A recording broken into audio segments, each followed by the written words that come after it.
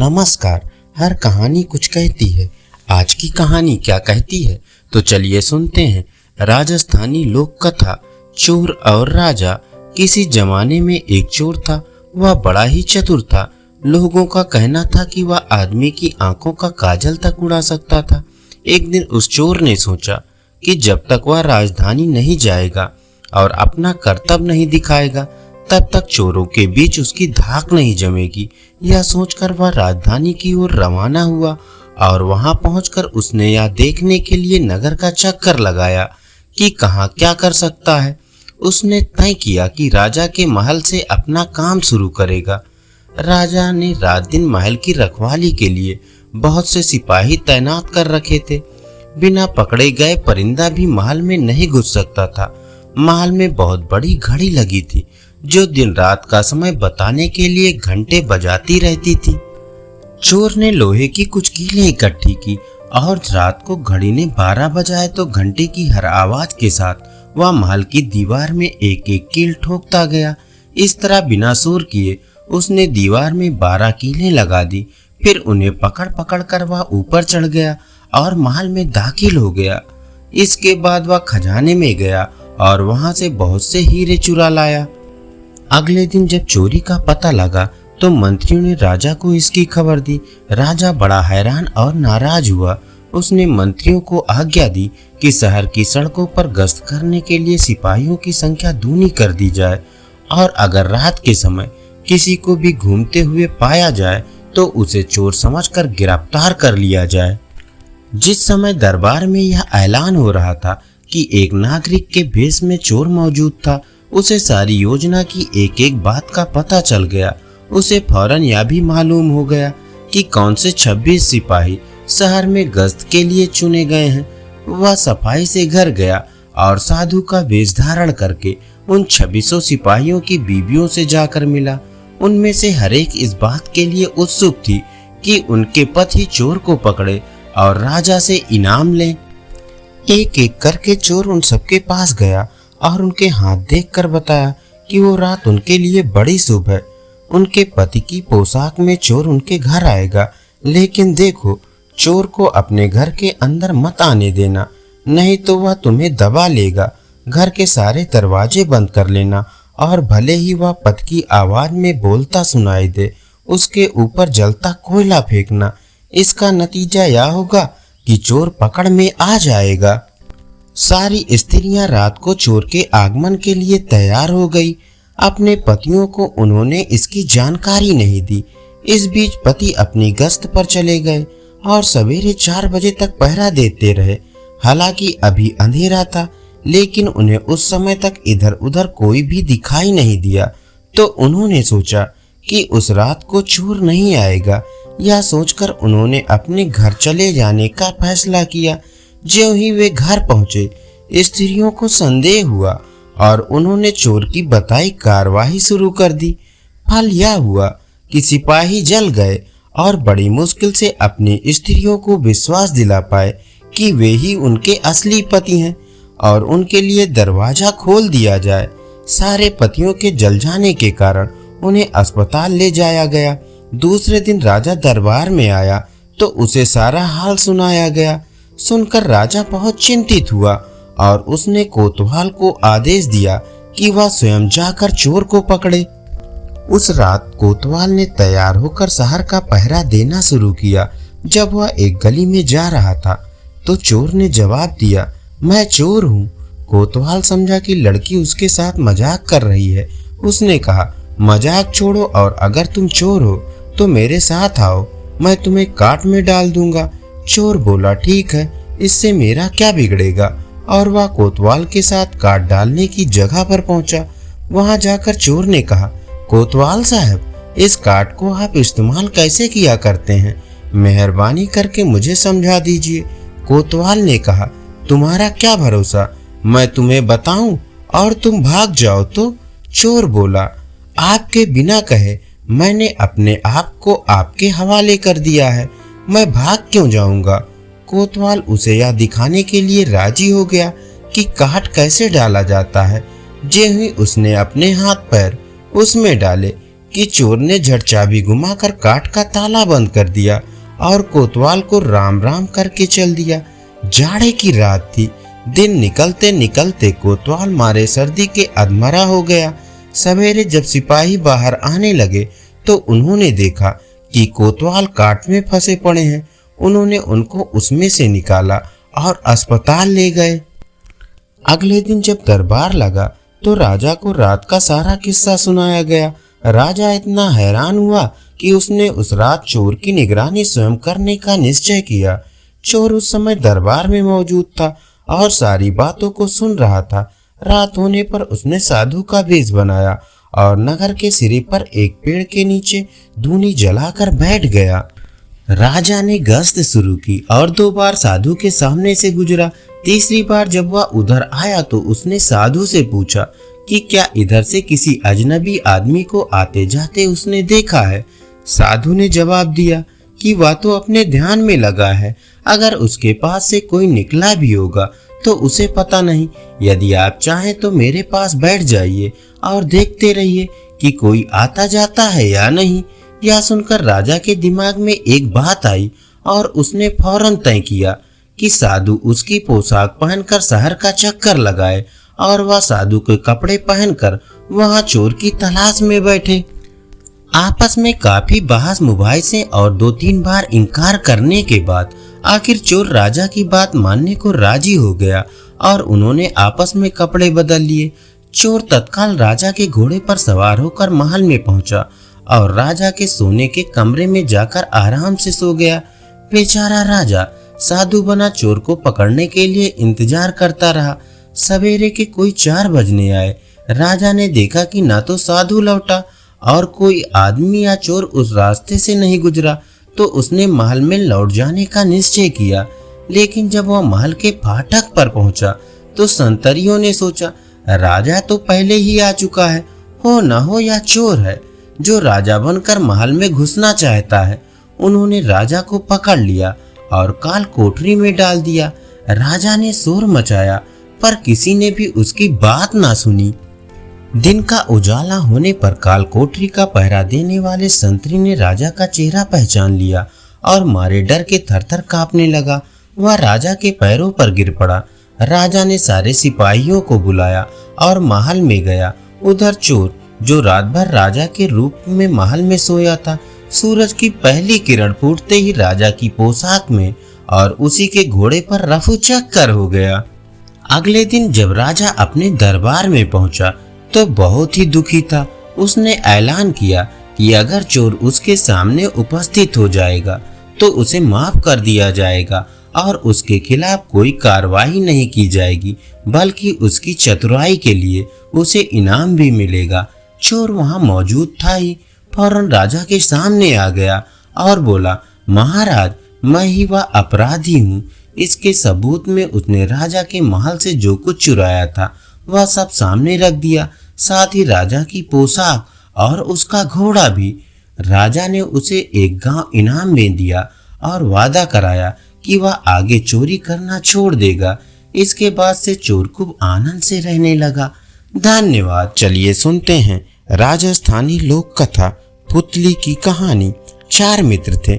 इनमें से एक खाती था, एक दर्जी था, एक सुनार था और एक ब्राह्मण था। चारों ने परदेश में जाकर धन कमाने की सोची।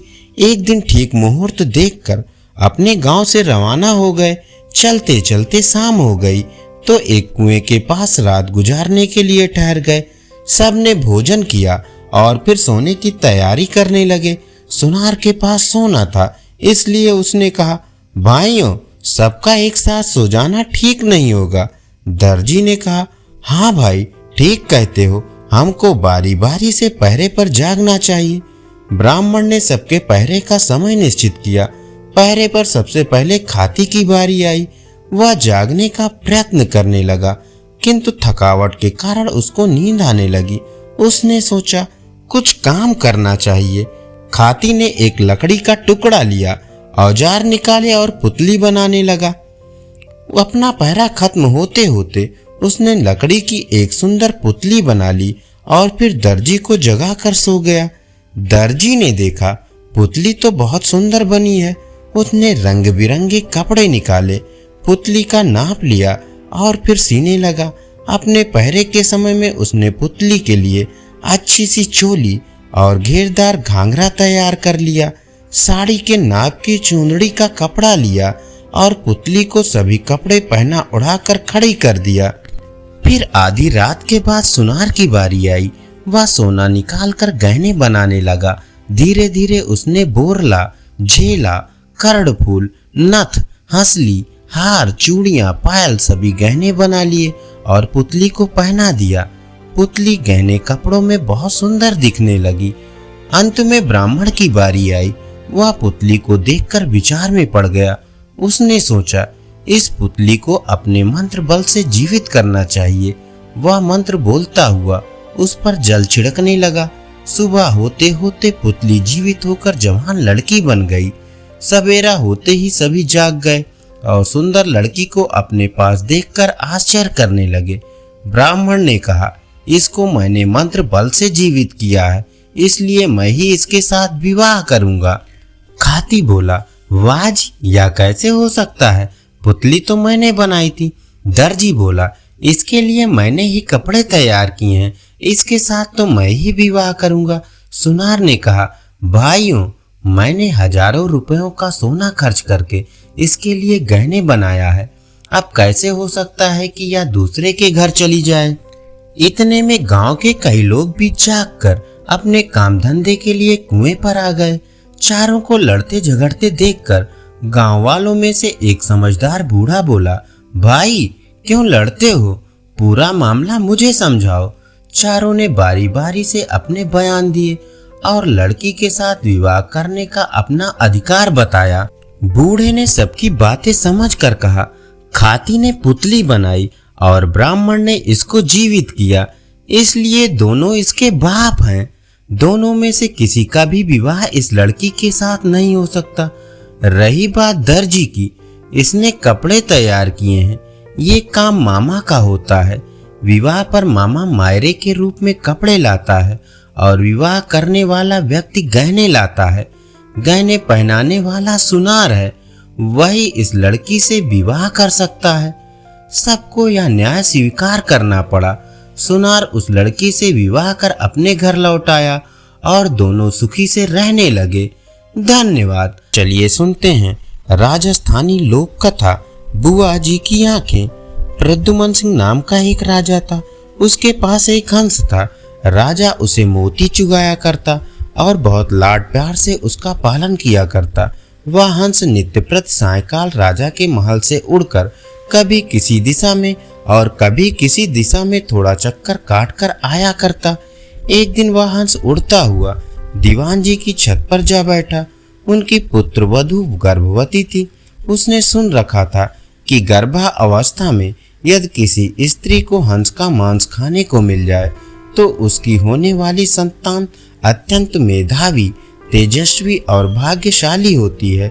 अनायास ही छत पर हंस आया। देखकर उसके मुंह में पानी भर आया।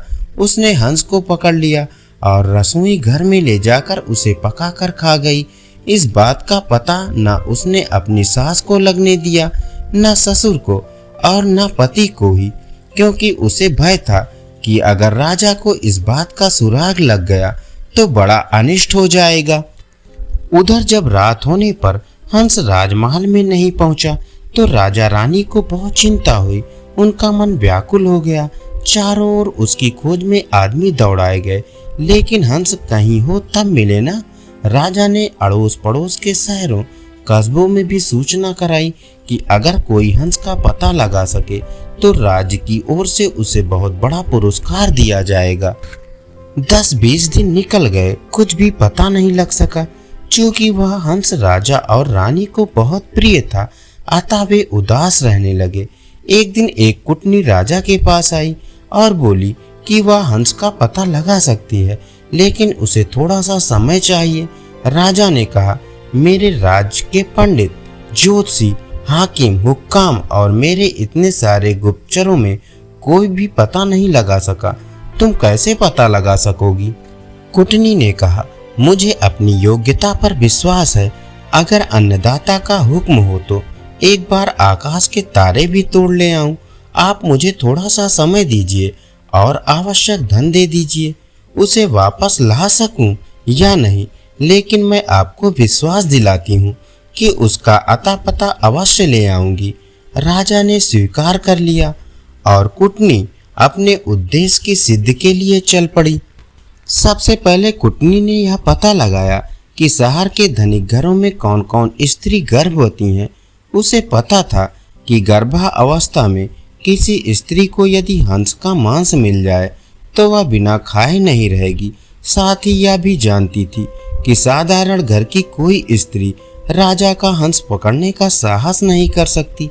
खोजते खोजते उसे पता लगा कि दीवान की पुत्रवधू गर्भवती है। अतः उसके मन में संदेह हो गया कि हो सकता है राजा का हंस उड़ते उड़ते किसी दिन इसके घर की छत पर आ गया हो और गर्भावस्था में होने के कारण लोभवश या स्त्री उसे खा गई हो।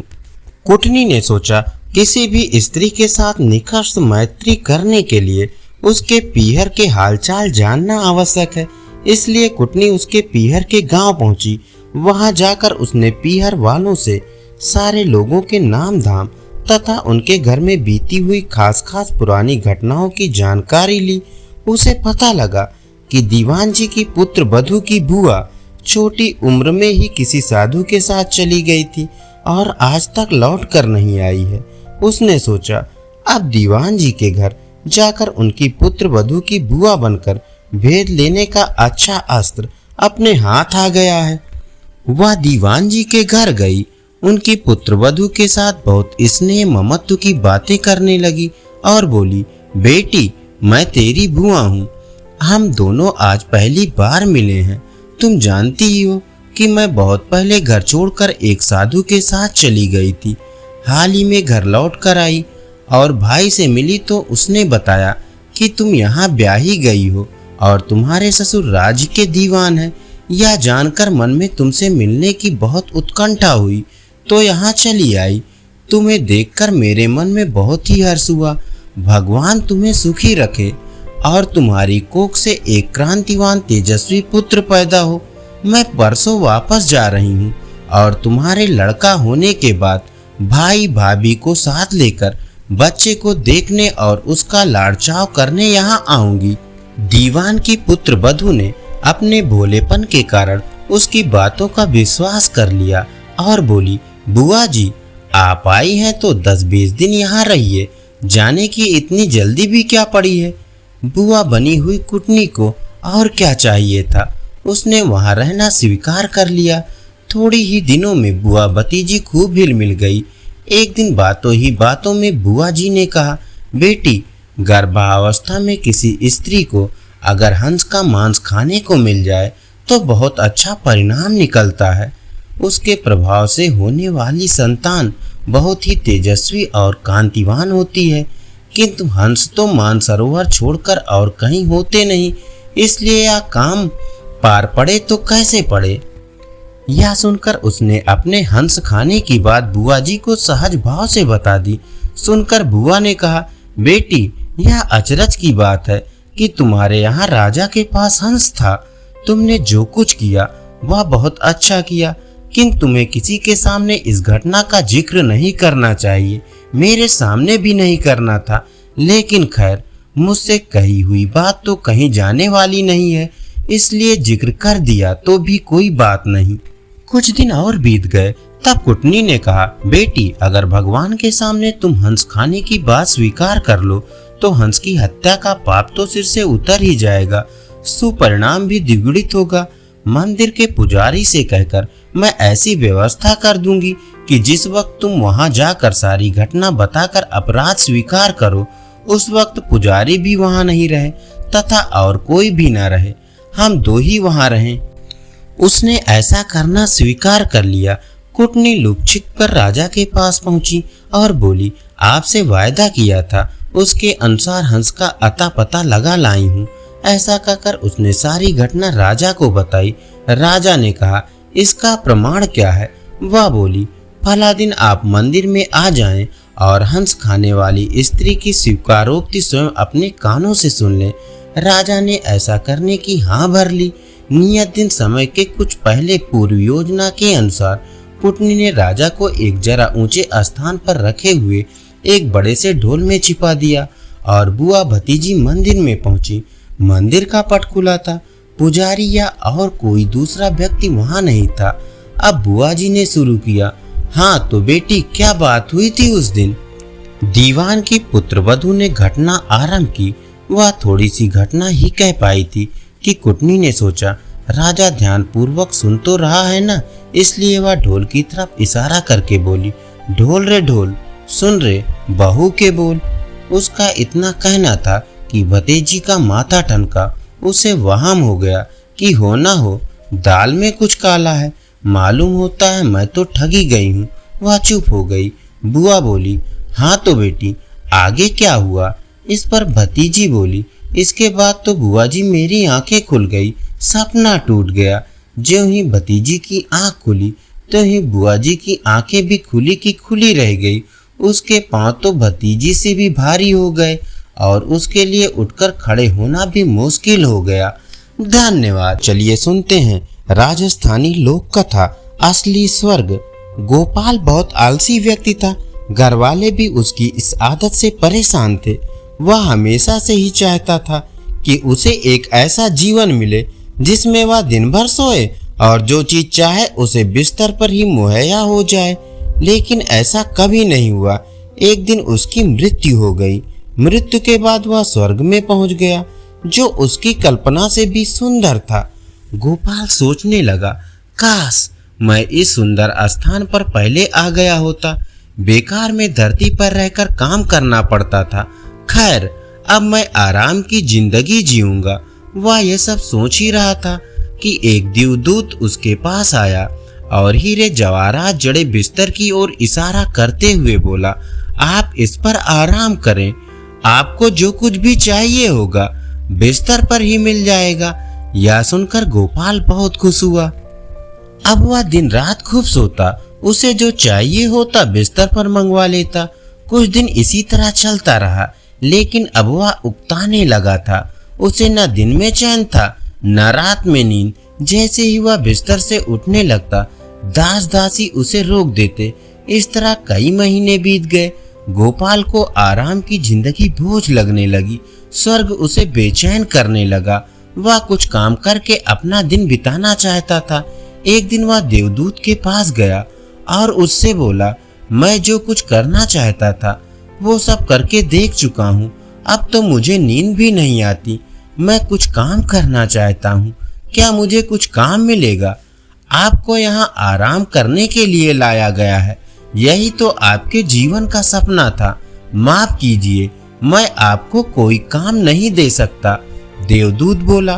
गोपाल ने चिढ़कर कहा, अजीब बात है, मैं इस जिंदगी से परेशान हो चुका हूँ।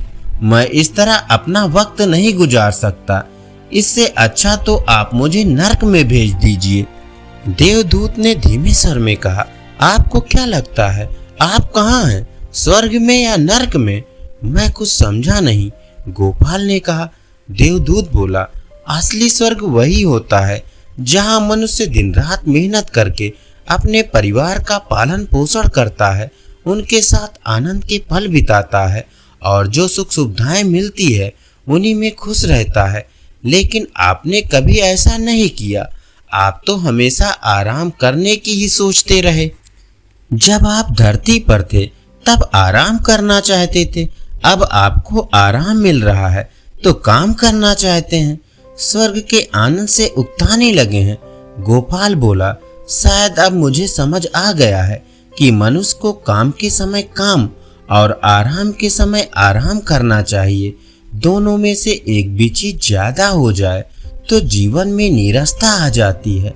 सच है, मेरे जैसे आलसी व्यक्तियों के लिए तो एक दिन स्वर्ग भी नरक बन जाता है। धन्यवाद। चलिए सुनते हैं राजस्थानी लोक कथा पुतली की कहानी। 4 मित्र थे। इनमें से एक खाती था, एक दर्जी था, एक सुनार था और एक ब्राह्मण था। चारों ने परदेश में जाकर धन कमाने की सोची। एक दिन ठीक मुहूर्त देखकर अपने गांव से रवाना हो गए। चलते चलते शाम हो गई। तो एक कुएं के पास रात गुजारने के लिए ठहर गए। सबने भोजन किया और फिर सोने की तैयारी करने लगे। सुनार के पास सोना था, इसलिए उसने कहा, भाइयों, सबका एक साथ सो जाना ठीक नहीं होगा। दर्जी ने कहा, हाँ भाई, ठीक कहते हो, हमको बारी बारी से पहरे पर जागना चाहिए। ब्राह्मण ने सबके पहरे का समय निश्चित किया। पहरे पर सबसे पहले खाती की बारी आई। वह जागने का प्रयत्न करने लगा, किंतु थकावट के कारण उसको नींद आने लगी। उसने सोचा, कुछ काम करना चाहिए। खाती ने एक लकड़ी का टुकड़ा लिया, औजार निकाले और पुतली बनाने लगा। अपना पहरा खत्म होते होते उसने लकड़ी की एक सुंदर पुतली बना ली और फिर दर्जी को जगा कर सो गया। दर्जी ने देखा, पुतली तो बहुत सुंदर बनी है। उसने रंग बिरंगे कपड़े निकाले, पुतली का नाप लिया और फिर सीने लगा। अपने पहरे के समय में उसने पुतली के लिए अच्छी सी चोली और घेरदार घाघरा तैयार कर लिया। साड़ी के नाप की चुंदड़ी का कपड़ा लिया और पुतली को सभी कपड़े पहना उड़ाकर खड़ी कर दिया। फिर आधी रात के बाद सुनार की बारी आई। वह सोना निकालकर गहने बनाने लगा। धीरे धीरे उसने बोरला, झेला, कर्णफूल, नथ, हंसली, हार, चूड़ियां, पायल सभी गहने बना लिए और पुतली को पहना दिया। पुतली गहने कपड़ों में बहुत सुंदर दिखने लगी। अंत में ब्राह्मण की बारी आई। वह पुतली को देखकर विचार में पड़ गया। उसने सोचा, इस पुतली को अपने मंत्र बल से जीवित करना चाहिए। वह मंत्र बोलता हुआ उस पर जल छिड़कने लगा। सुबह होते होते पुतली जीवित होकर जवान लड़की बन गई। सवेरा होते ही सभी जाग गए और सुंदर लड़की को अपने पास देखकर आश्चर्य करने लगे। ब्राह्मण ने कहा, इसको मैंने मंत्र बल से जीवित किया है, इसलिए मैं ही इसके साथ विवाह करूंगा। खाती बोला, वाह जी, यह कैसे हो सकता है? पुतली तो मैंने बनाई थी। दर्जी बोला, इसके लिए मैंने ही कपड़े तैयार किए हैं, इसके साथ तो मैं ही विवाह करूंगा। सुनार ने कहा, भाइयों, मैंने हजारों रुपयों का सोना खर्च करके इसके लिए गहने बनाया है। अब कैसे हो सकता है कि यह दूसरे के घर चली जाए? इतने में गांव के कई लोग भी जाग कर अपने काम धंधे के लिए कुएं पर आ गए। चारों को लड़ते झगड़ते देखकर गांव वालों में से एक समझदार बूढ़ा बोला, भाई, क्यों लड़ते हो? पूरा मामला मुझे समझाओ। चारों ने बारी बारी से अपने बयान दिए और लड़की के साथ विवाह करने का अपना अधिकार बताया। बूढ़े ने सबकी बातें समझकर कहा, खाती ने पुतली बनाई और ब्राह्मण ने इसको जीवित किया, इसलिए दोनों इसके बाप हैं। दोनों में से किसी का भी विवाह इस लड़की के साथ नहीं हो सकता। रही बात दर्जी की, इसने कपड़े तैयार किए हैं, ये काम मामा का होता है। विवाह पर मामा मायरे के रूप में कपड़े लाता है और विवाह करने वाला व्यक्ति गहने लाता है। गहने पहनाने वाला सुनार है, वही इस लड़की से विवाह कर सकता है। सबको यह न्याय स्वीकार करना पड़ा। सुनार उस लड़की से विवाह कर अपने घर लौट आया और दोनों सुखी से रहने लगे। धन्यवाद। चलिए सुनते हैं राजस्थानी लोक कथा एक दिन देख लूंगा। एक समय की बात है, राजस्थान के रामदेवड़ा गांव में नाहर सिंह साहूकार रहता था। साहूकार छोटी छोटी बातों पर नाराज हो जाता था। उसका एक नौकर था, छंगा। छंगा के एक पांव में 6 उंगलियां थी, इसी से सब उसको छंगा कहते थे। एक बार साहूकार की पत्नी अपने नहर गई हुई थी। घर में नाहर सिंह और उसका नौकर छंगा थे। साहूकार ने एक दिन छंगा से दोपहर के भोजन में चूरमा बाटी बनाने के लिए कहा और स्वयं बैठक में गद्दी पे चला गया। अभी पूजा अगरबत्ती कर ही रहा था कि हाथ में मटकी लिए छंगा आया और बोला, मालिक, घर में घी नहीं है, पैसे दे दो। पैसे लेकर बाजार से घी लेने गया। घी की मटकी दुकानदार को देकर वह मदारी का तमाशा देखने लगा। तमाशा समाप्त हुआ तो उसने घी के पैसे दिए और मटकी लेकर आ गया।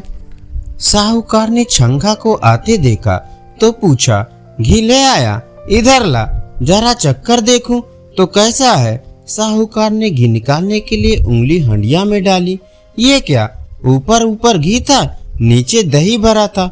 साहूकार ने अपना माथा ठोका किस बेवकूफ से पाला पड़ा है, मेरे पैसे लुटाया। क्रोध में साहूकार ने पास में पड़ी छड़ी उठाई और तड़ातड़ 10-5 छंगा के जमा दी। छंगा करा उठा। उसने मन ही मन कहा, एक दिन देख लूंगा। ऐसे ही कुछ दिन बीतने पर साहूकार ने छंगा से कहा, आज मुझे दावत में जाना है, मेरी नई मोजरी में तेल लगाकर रख देना। जी मालिक, छंगा ने उत्तर दिया। सायकाल साहूकार ने अंगरखा पहना, पगड़ी लगाई और तैयार होकर छंगा को पुकारा, अरे ओ छंगा, मेरी मोजरी लेकर आ। तो छंगा तुरंत तेल का कनस्तर लेकर उपस्थित हो गया। ये क्या लाया है? साहूकार चिल्लाया। ये रही आपकी मोजरी। छंगा ने कहा। कहाँ है? यहाँ तेल के कनस्तर में है, छंगा का जवाब था। अब तो साहूकार को अपने पर नियंत्रण नहीं रहा और उसने लात घूंसों से छंगा को अधमरा कर दिया। साहूकार तो मारपीट कर वहां से चला गया। छंगा बहुत देर तक रोता कराहता रहा और बड़बड़ाता रहा, एक दिन देख लूंगा।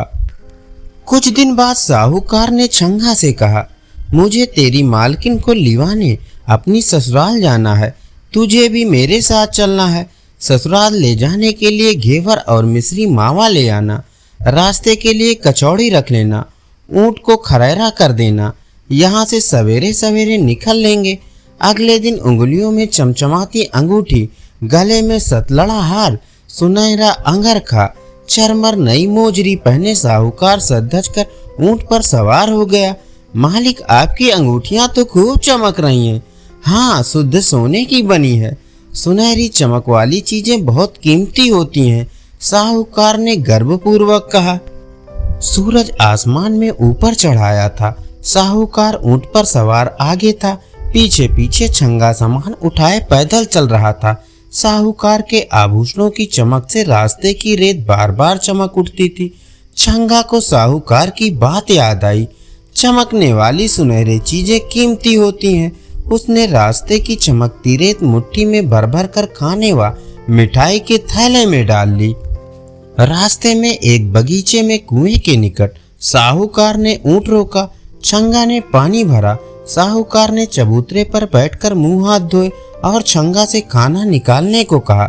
छंगा ने प्याज की कचौड़ी, मिर्च व लहसुन की चटनी और साथ में कुछ मिठाई भी परोस दी। जैसे ही साहूकार ने पहला निवाला मुंह में रखा, उसकी मुंह किरकिरा हो गया। वह चिल्लाया, ये क्या मिलाया है खाने में? छंगा ने जवाब दिया, सुनहरी रेत। ससुराल खाली हाथ जाना पड़ेगा, सराय आने तक भूखा रहना पड़ेगा। यही सोचकर साहूकार अपने क्रोध पर काबू नहीं रख सका। उसने फिर छंगा की मरम्मत कर दी। छंगा कहता रहा, मालिक, मैंने क्या किया है, क्यों मारते हो? उसको अपनी गलती समझ में नहीं आ रही थी, पर मन में उसने साहूकार से बदला लेने की बात ठान ली। अब तो इसे देख ही लूंगा, वह बोला। सांझ हो चली थी, धुंधुलका फैलने लगा था। साहूकार ने सराय में डेला डाला, आभूषण उतारे, कपड़े उतार कर खूंटी पर टांग दिए, नहाया, खाना खाया और सो गया। साहूकार को सोता देख छंगा को बदला लेने का मौका मिल गया। उसने साहूकार के आभूषण व कपड़े पहने। तैयार होकर उसने वहीं से कुछ मिठाई खरीदी। वह ऊंट पर सवार होकर साहूकार की ससुराल जा पहुंचा।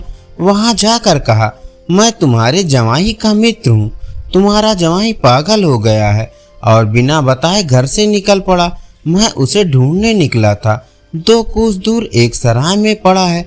सुनते ही सब लोग दौड़ पड़े। वहां जाकर देखा, जवाई सा खाली जांघिया पहने लेटे थे। अपने ससुराल वालों को अचानक सामने देख साहूकार हड़बड़ा गया। कहना कुछ चाहता था, मुंह से कुछ निकल रहा था। उसने कमरे में इधर उधर देखा, उसके आभूषण, कपड़े वहां नहीं थे। छंगा कहीं दिखाई नहीं दे रहा था। सास ससुर ने दुखी मन से बड़ी कठिनाई पूर्वक साहूकार को ऊंट गाड़ी में बिठाया और अपनी हवेली ले गए।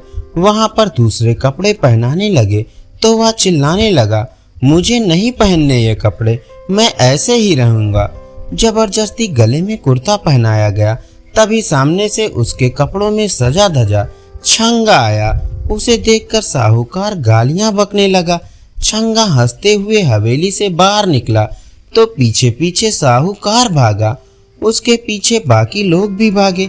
पत्नी बार बार हाथ उठाकर प्रार्थना करती, हे भगवान, यह क्या हो गया मेरे पति को? ये तो बिल्कुल पगला गए हैं, अब मैं क्या करूं? भोजन के समय फिर छंगा ने साहूकार को तंग किया, सब लोग इनको जरा ठीक से खिलाइए, 3 दिन से खाना नहीं खाया है। अब कोई कहे खीर खाओ, कोई कहे पूरी खाओ, कोई चूरमा खिलाने की कोशिश करे। साहूकार सबके हाथ झटक कर खड़ा हो गया और क्रोध पूर्वक बोला, मुझे कुछ नहीं खाना, इसी को माल पकवान खिलाओ, मैं जा रहा हूँ। साहूकार सबको धकेलते हुए पैदल ही चल पड़ा। थोड़ी ही दूर पर एक शिव मंदिर था, वहां जाकर वह एक कोने में बैठ गया। उसी मंदिर में उसकी पत्नी शिवजी की पूजा कर रही थी। वह भगवान से अपने पति को अच्छा करने की विनती कर रही थी। जब वह नारियल फोड़कर प्रभु के चरणों में चढ़ा रही थी तो साहूकार अपनी जगह से उठा और बोला, भगवान शिव के चरणों में फोड़ने की बजाय ये नारियल मेरे सिर पर फोड़ दे। इस अचानक हमले से पत्नी घबरा गई और उसने सचमुच नारियल साहूकार के सिर पे दे मारा। नारियल तो नहीं फूटा, पर साहूकार के सिर से खून बह निकला। इतनी देर में पीछे पीछे साहूकार के ससुराल से भी लोग आ गए। जमाई के सिर से खून बहता देख सब उसे अस्पताल ले गए। छंगा भी यह सब तमाशा देख रहा था। अभी तक उसे साहूकार को सताने में बड़ा आनंद आ रहा था, पर उसके सिर से खून बहता देख वह दुखी हो गया। सब लोगों के पीछे वह भी अस्पताल पहुंच गया। उसने वहां जाकर सबको सच बात बता दी। मालिक पागल नहीं है, ये किसी भी छोटी सी गलती पर मुझे खूब मारते थे। मैंने अपने मन में कसम खाई थी कि एक दिन देख लूंगा, बस मैंने अपना बदला ले लिया। छंगा की बात सुनकर साहूकार ने मारने के लिए जैसे ही हाथ उठाया, छंगा ने कहा, एक दिन देख लूंगा। उसकी बात पर सब हंसने लगे और साहूकार ने कभी न मारने की कसम खाई। ससुराल वालों ने अपने जमाई और बेटी को कपड़े, आभूषण व मिठाई भेंट में देकर विदा किया। वापसी की यात्रा में छंगा बहुत खुश था। अब उसे पिटाई का डर नहीं था। धन्यवाद। चलिए सुनते हैं राजस्थानी लोक कथा खेत का धन। पुराने समय में एक राजा था, बहुत ही उदार, न्यायप्रिय और प्रजा का ध्यान रखने वाला। उसके राज्य में लोग सुखी थे। कोई भी अपराधी बिना सजा पाए नहीं रह सकता था। कुछ समय बाद राजा के मन में घमंड आ गया। वह सोचने लगा, मैं कितना बुद्धिमान हूँ, प्रजा का कितना अच्छी तरह से पालन कर रहा हूँ, दूर दूर तक मेरी ख्याति है। कुछ दिनों तक तो राजा ने यह बात किसी से नहीं कही, लेकिन एक दिन राजा के मन में अपने दरबारियों के मुंह से अपनी प्रशंसा सुनने की लालसा जागी। राजा ने अपने दरबारियों से पूछा, मेरा राजकाज कैसा चल रहा है? पड़ोसी राजा मेरे बारे में क्या सोचते हैं? प्रधानमंत्री ने जवाब दिया, महाराज, आपके राज्य में सर्वत्र अमन चैन है, सारी प्रजा आपकी जय जयकार कर रही है। यह सुनकर राजा खुश हो गया। उसने दूसरा प्रश्न पूछा, मेरे पितामह और मेरे पिताजी के जमाने में कैसा राज्य था? प्रधानमंत्री ने जवाब दिया, महाराज, शायद ही कोई व्यक्ति जीवित हो जो आपके पिता या पितामह के राजकाज के बारे में कुछ बता सके। पास के जंगल में एक महात्मा रहते हैं, उनकी आयु काफी है, शायद वे ही कुछ बता सके। राजा ने कहा, उन्हें बुलाया जाए। राजा के आदेश पर प्रधानमंत्री ने महात्मा को दरबार में बुलवाया। राजा ने उनसे वही प्रश्न किया। महात्मा ने कहा, आपको एक घटना सुनाता हूँ, इसका संबंध आपके पिता तथा पितामह के राज से है। आप सब समझ जाएंगे कि किसका राज कितना अच्छा था। इतना कहकर महात्मा बताने लगे, राजन, आपके दादा के राज में एक किसान के पास कुछ जमीन थी। उसके घर में खेती में मदद करने वाला दूसरा कोई आदमी नहीं था, इसलिए किसान ने अपनी जमीन दूसरे किसान को बिना किसी लिखा पढ़ी के खेती करने के लिए दे रखी थी। फिर भी जमीन जोतने वाला किसान ईमानदारी से उसका हिस्सा बिना कहे दे देता था। एक दिन की बात है, दूसरा किसान जमीन जोत रहा था, तभी हल्की नोक किसी सख्त चीज से टकराई। बैल रोककर उसने जमीन को थोड़ा सा खोदा तो असरफियों से भरा हुआ एक कलश निकला। उस कलश को लेकर वह जमीन के मालिक के पास गया और बोला, तुम्हारी जमीन में से यह कलश निकला है, मैं इसे तुम्हें सौंपने आया हूँ। पहले किसान ने कहा, तुम भी कैसी भोली भाली बातें करते हो, मैं जमीन तुम्हें दे चुका हूँ। जमीन में जो कुछ निकले वह तुम्हारा है, चाहे अनाज हो चाहे असरफी, मुझे तो सिर्फ फसल का हिस्सा चाहिए। इस बात को लेकर दोनों में काफी देर तक बहस हुई, पर कोई भी उस कलश को लेने के लिए तैयार नहीं हुआ। आखिरकार उन्होंने फैसला किया कि राजा के पास चलकर यह कलश उन्हें सौंप देना चाहिए। दोनों किसान आपके पितामह के पास आए और बोले, महाराज, यह कलश राज्य की भूमि से निकला है, राज्य आपका है, इसलिए इसे आप रखें। राजा ने कहा, तुम दोनों नासमझ हो, जमीन हम तुम्हें दे चुके हैं, अब उसमें से जो कुछ निकले वो किसान का, राज्य का उस पर कोई हक नहीं। तुम दोनों में से जिसका भी हक हो वह उसे रख ले। दोनों किसान निराश होकर लौट आए। आखिर तय हुआ कि जिस जगह यह निकला है वहीं वापस गाड़ दिया जाए। दोनों किसानों ने ऐसा ही किया। महात्मा से बीती घटना सुनकर राजा बोला, महात्मन, ऐसा क्यों किया गया?